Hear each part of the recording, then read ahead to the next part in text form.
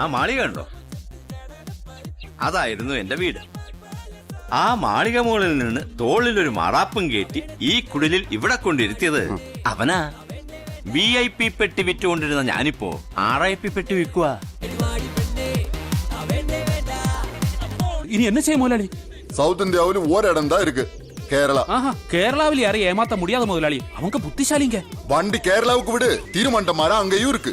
നമസ്കാരം, ന്യൂസ് ടൈമിലേക്ക് സ്വാഗതം. ഇന്നത്തെ പ്രധാന വാർത്ത: കുഞ്ഞിന്റെ ജനന സർട്ടിഫിക്കറ്റ് നൽകാൻ ഹെൽത്ത് ഇൻസ്പെക്ടർ തയ്യാറാകുന്നില്ലെന്ന് യുവാവിന്റെ പരാതി. അക്യുപങ്ചർ പഠിച്ച തനിക്ക് പ്രസവം എടുക്കുന്നതിനുള്ള അറിവുണ്ടെന്നും നീ ഇത്രയും ഭയങ്കരനായ വിവരം ഞാൻ അറിഞ്ഞില്ല. അക്യുപങ്ചർ പവർഫുൾ പിന്നെ സേഫ്. പ്രൊസീജിയർ ഒന്ന് പറയാൻ പറ്റും എങ്ങനെയാണെന്നുള്ളത്? ആളുകൾക്ക് അറിയാനൊരു കൗതുകം ഉണ്ടാവും. കൗതുക ലേശം കൂടുതലാണ്. സാധാരണഗതിയിൽ പ്രസവം നടക്കുന്ന സമയത്ത് കട്ട് ചെയ്യണം എന്നുള്ളൊരു ഇതാണ് എല്ലാവരും മൈൻഡിൽ. ഒരു സംഗതി എനിക്ക് ഒരു അത്ഭുതമായിട്ടാണ് തോന്നിയിട്ടുണ്ട്. ഇതുപോലെ എന്തൊക്കെ അന്ധവിശ്വാസങ്ങൾ കേട്ടിരിക്കണു. Welcome to Koya calling. Hello, നമ്മളുടെ ഒരു വാർത്ത കണ്ടിട്ട് വിളിക്കുകയാണ് ഞാൻ. ഞങ്ങളുടെ കുട്ടിയുടെ ഒരു വിഷയം കണ്ടിരുന്നു. എന്റെ പേര് ആരിഫ് ഹുസൈൻ ആണ്. സംസാരിക്കാവുന്ന സമയമാണോ? കുഴപ്പമില്ല. അപ്പൊ നിങ്ങള് രണ്ടുപേരും അക്യുപങ്ചർ പഠിച്ചതാണ് എന്ന് പറയുന്നത് കേട്ടു. അപ്പൊ അതുകൊണ്ടൊക്കെയാണ് നിങ്ങൾ ഹോസ്പിറ്റലിലേക്ക് ഈ ഡെലിവറിക്കായിട്ട് കൊണ്ടുപോകാനെന്നാണ് പറഞ്ഞു കേട്ടത്. മരുന്ന് വെച്ചിട്ട് പ്രസവിക്കാൻ അവർക്ക് താല്പര്യം ഇല്ല എന്ന് പറഞ്ഞുകൊണ്ട് തന്നെ നമ്മൾ ഇവിടെ തുടരാണ് ചെയ്തത്. അപ്പോ വീട്ടിൽ നിന്ന് തന്നെ അത് ഡെലിവറി എടുക്കാം എന്നുള്ള ഒരു ഉദ്ദേശത്തിലായിരുന്നു അപ്പൊ നിങ്ങൾ ഉണ്ടായിരുന്നു. സത്യമാണെങ്കിലും എനിക്ക് അംഗീകരിച്ചു കൊടുക്കാൻ പറ്റുമോ? അതായത് ഹോസ്പിറ്റലിലേക്ക് 2-ാം തീയതി ഡേറ്റ് ഉള്ളത്. പ്രസവത്തിന്റെ ഡേറ്റ് 2-ാം തീയതിയാണ്, പക്ഷെ അഡ്മിറ്റ് ചെയ്യാൻ 28-ാം തീയതി പറഞ്ഞത്. എന്നിട്ടുണ്ടല്ലോ 28-ാം തീയതി ആയപ്പോ നമുക്ക് വേദന കാര്യങ്ങളൊന്നും ഇല്ലാത്തതുകൊണ്ട് പിന്നെ ഹോസ്പിറ്റലിലേക്ക് പോകേണ്ട ഒരു ആവശ്യം വന്നിട്ടില്ല അവിടെ. ഇതെന്താ ഇങ്ങനെ? അപ്പൊ അങ്ങനെയാണെങ്കിലും പ്രസവം നടന്നു കഴിയുമ്പോൾ അതൊരു എമർജൻസി ആയിട്ട് ഇത് റിപ്പോർട്ട് ചെയ്ത് പെട്ടെന്ന് ഹോസ്പിറ്റലിലേക്ക് പോകേണ്ടതല്ലേ? എനിക്കിതൊക്കെ ഒരു ത്രില്ലായിട്ടാ തോന്നുന്നത്. ജീവിതത്തിൽ എന്തെങ്കിലുമൊക്കെ ഒരു തമാശ ഒക്കെ വേണ്ടേ? പ്രസവം നടന്നു കഴിഞ്ഞപ്പം പിന്നെ അവൾക്ക് ഓക്കെയാണ്. ഇരട്ട പ്രസവിച്ച സുഖം ഞാൻ ചോദിച്ചിരുന്നു, അപ്പൊ അവള് ഓക്കെയാണെന്ന് പറഞ്ഞപ്പോ നമ്മൾ ഇവിടെ തന്നെ തുടർന്നു. അളിന് കുഴപ്പമൊന്നുമില്ലല്ലോ. ഇതൊക്കെ എന്താണ്? തന്നെ PWD നമ്മളെ വിളിച്ചിട്ട് ഒരു അവാർഡ് തന്നു.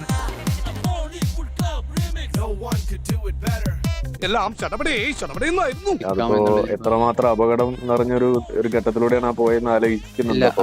ആ സമയത്ത് ഒരു അപകടം കാര്യങ്ങളൊന്നും ഉണ്ടായില്ല.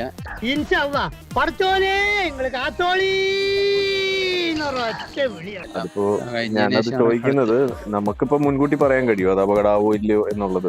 അതിപ്പോ ഹോസ്പിറ്റലാണെങ്കിൽ മുൻകൂട്ടി പറയാൻ പറ്റില്ലല്ലോ. കഴിയുമല്ലോ. നമുക്ക് അവിടെ ഹാർട്ട് റേറ്റ് നോക്കാൻ പറ്റും, ബ്ലഡ് ഓക്സിജൻ നോക്കാൻ കഴിയും, പലതും നോക്കാൻ കഴിയില്ലേ? അങ്ങനെ മുൻകൂട്ടി പറയാൻ പറ്റിയിരുന്നെങ്കിൽ ഇപ്പം ഈ അടുത്തുകൂടി ഒരു ഡോക്ടറും കുഞ്ഞും മരിച്ചിട്ടുണ്ട്. അതേപോലെ എങ്ങനെയാ മരിച്ചത്? അത് ഇതേപോലെ തന്നെ മരിച്ചല്ലേ ഹോസ്പിറ്റലിൽ നിന്ന്. എങ്ങനെ, എന്തായിരുന്നു കാര്യം അത്? അതും ഇതേമാതിരി തന്നെ ഹാർട്ട് റേറ്റ് കുറഞ്ഞതിന്റെ പേരിലാണ് മരണപ്പെട്ടത്. അതെ, ഹാർട്ട് റേറ്റ് കുറഞ്ഞത് അത് രക്ഷിക്കാൻ കഴിഞ്ഞില്ലെങ്കിൽ എന്ത് ചെയ്യും? അതെ, അതേപോലെ തന്നെ ഇതിലും വന്നിട്ടുണ്ടെങ്കിൽ ഒന്നും ചെയ്യാൻ കഴിയില്ലല്ലോ. ഇവന് കുറച്ചു ബുദ്ധി ഉണ്ടായിരുന്നെങ്കിൽ മന്ദബുദ്ധി എന്നെങ്കിലും വിളിക്കായിരുന്നു, അതും ഇല്ലാതായി. അപ്പൊ നിങ്ങളത് അങ്ങനെ ഒരു ലോട്ടറി എടുക്കുന്ന പോലെ ചെയ്തതാണ്. അപ്പൊ അതിപ്പോ ഹോസ്പിറ്റലാണെങ്കിൽ ലോട്ടറി തന്നെയല്ലേ? ഹോസ്പിറ്റൽ ലോട്ടറി അല്ലല്ലോ, ഇതിനൊക്കെ സക്സസ് റേറ്റ് ഇല്ലേ? ലോകത്തെ ആളുകൾ എന്തുകൊണ്ടാണ് ഹോസ്പിറ്റൽ ഡെലിവറി പ്രിഫർ ചെയ്യുന്നത് നിങ്ങൾക്കറിയോ? അതൊന്നും എനിക്കറിയാൻ മേല. ഇപ്പൊ ഇന്ത്യയില് ശിശുമരണ നിരക്ക് എത്രയാണെന്ന് നിങ്ങൾക്കറിയോ?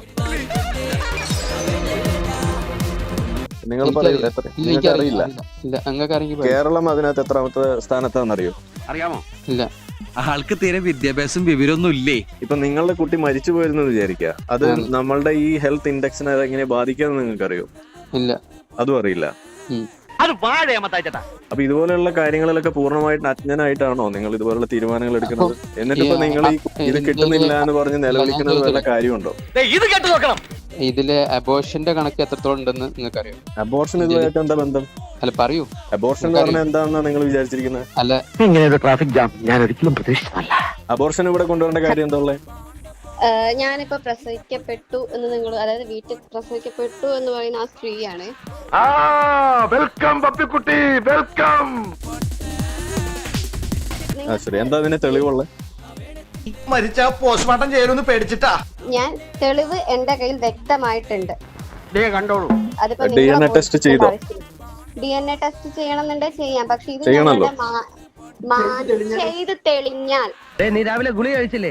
തെളിഞ്ഞാൽ മാനത്തിന് നഷ്ടമായിട്ട് ഞങ്ങൾ ചോദിക്കുന്ന തുക തരേണ്ടി വരും. മെൻമിനി ആള് കൊള്ളാലോ. എന്തിനു വേണ്ടിയിട്ട്? അത് തയ്യാറാണ്. എന്തിനു വേണ്ടിയിട്ട്? കാര്യം എന്താണെന്ന് പറഞ്ഞില്ല. ചോദ്യം ചോദിച്ച ഒറ്റ തൊഴി വെച്ച് തരും. റാങ്ക് പറയും, അപ്പ കേട്ടാ മതി. ഇതാണ് ന്യൂ ജനറേഷൻ. റാങ്ക് കാണിക്കും, അപ്പ കണ്ടാ മതി. എന്നാ ഒന്ന് കാണിക്കും റാങ്ക്. നിങ്ങളെ മാനമാണ് നഷ്ടമായിട്ട് ഞങ്ങൾ ചോദിക്കുന്ന തുക തരേണ്ടി വരും. നോക്കിയിരുന്നോ, അതാണ് തെക്ക്. ഇതിലെന്താ മാനം എന്താ ഉള്ളത്? നിങ്ങൾ ഈ കണക്കുകൾ ഇതുപോലുള്ള ശാസ്ത്രീയമായ കാര്യങ്ങളിലൊക്കെ അന്ധത ബാധിച്ചിട്ട് നിങ്ങൾ ഇതുപോലെ ഓരോ കാര്യങ്ങൾ ചെയ്ത് നാട്ടുകാരെ തെറ്റിദ്ധരിപ്പിക്കുകയല്ലേ ചെയ്യുന്നത്. ഞാൻ അതിനിവിടെ നിങ്ങളെ സ്യൂ ചെയ്യും. അതാണ് ഇവിടെ ഉണ്ടാവാൻ പോകുന്നത്. ഇവിടുത്തെ ശാസ്ത്രീയമായ സംഗതികളെ നിങ്ങൾ ഇതേപോലെ അവമതിച്ച് ഒരു കുട്ടിയുടെ ജീവൻ നിങ്ങൾ അപകടത്തിലാക്കി. പോലീസുകാർ നേപ്പാളി വന്ന് നിന്നെ പൊക്കും. ഹലോ, ഞങ്ങൾ പറയുന്നത് നിങ്ങളൊരു കുട്ടിയുടെ ജീവൻ നിങ്ങൾ അപകടത്തിലാക്കി. ഒരു കുട്ടിയെ കൊല്ലാൻ നോക്കിയ ആളുകളാണ്. നീ ഒന്നും പണയണ്ട. കൊലപാതക ശ്രമത്തിന് ഇവിടെ ഞാൻ കേസ് കൊടുക്കും. അതാണ് ഉണ്ടാവാൻ പോകുന്നത്. ഇവൻ ഇഞ്ചിയും കടിച്ച 5 കൊല്ലം. നമ്മള് നല്ല രീതിയിൽ നിങ്ങൾക്ക് പറഞ്ഞു തരുന്നുണ്ട്. അത് നല്ല രീതിയിലാണോ ഇതുപോലെ കേസ് കൊടുക്കുന്നു പറയുന്നത്? ആരവിടെ കേസ് കൊടുക്കുന്നു പറഞ്ഞ ഞാനാണോ? നിങ്ങളല്ലേ? നിങ്ങളല്ലേ പറഞ്ഞത്? മാനനഷ്ടത്തിന് കേസ് കൊടുക്കുന്ന ആരാ പറഞ്ഞ ഞാനാണോ?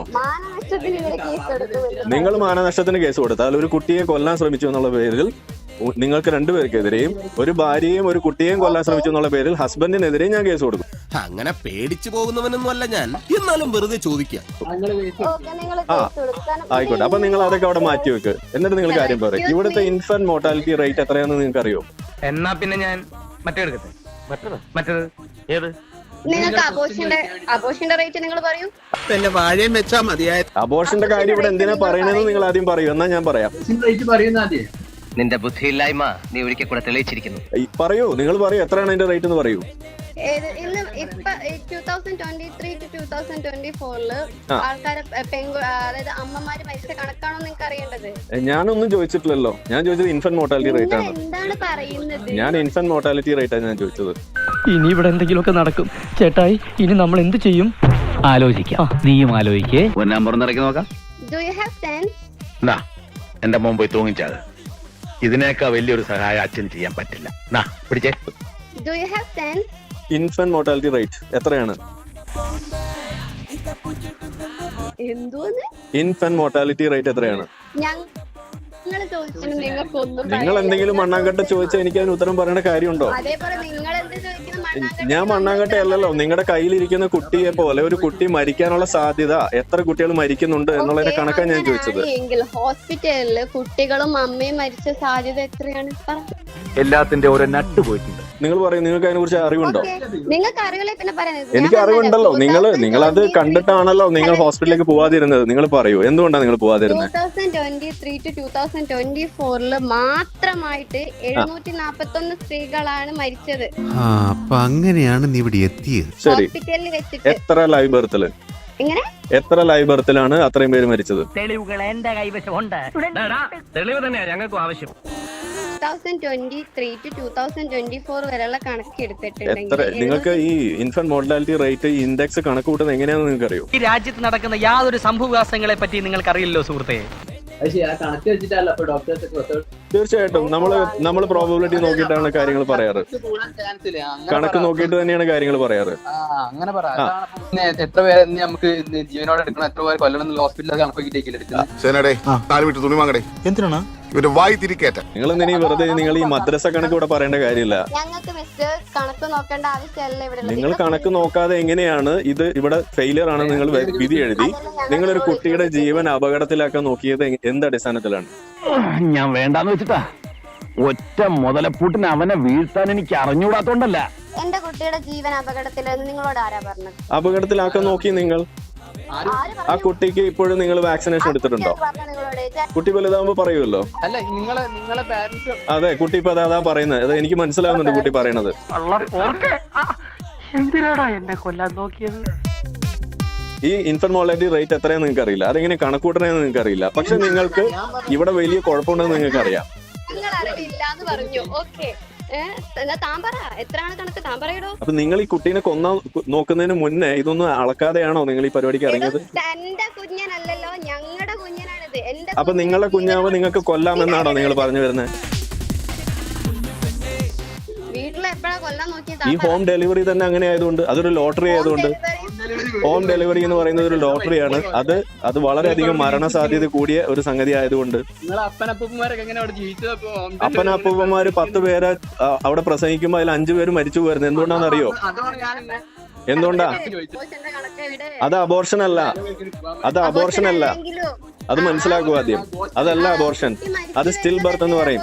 നിങ്ങൾ ഏതെങ്കിലും മദ്രസയിൽ വല്ല പോയി അക്യുപഞ്ചർ പഠിച്ചു വന്നിട്ട് ഇതേപോലെ കിടന്ന് മണ്ടത്തരം വളപ്പി എങ്ങനെ ശരിയാവുക? അതെങ്ങനെ ശരിയാവുക?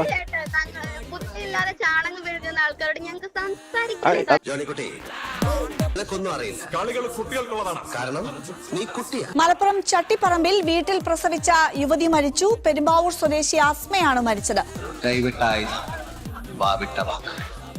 രണ്ടും തിരിച്ചെടുക്കാനാവില്ല, ഓർക്കണം. രക്ഷിക്കേണ്ടവരെ രക്ഷിക്കാനും ശിക്ഷിക്കേണ്ടവരെ ശിക്ഷിക്കാനും സർവാധികാരമുള്ള the world mighty the real don. മുതിർന്നവർക്ക് കാര്യമാകണം പ്രധാനം. അല്ല, ഊണ് കഴിച്ചിട്ട് സമാധാനമായിട്ടിരുന്ന് ആലോചിക്കാം.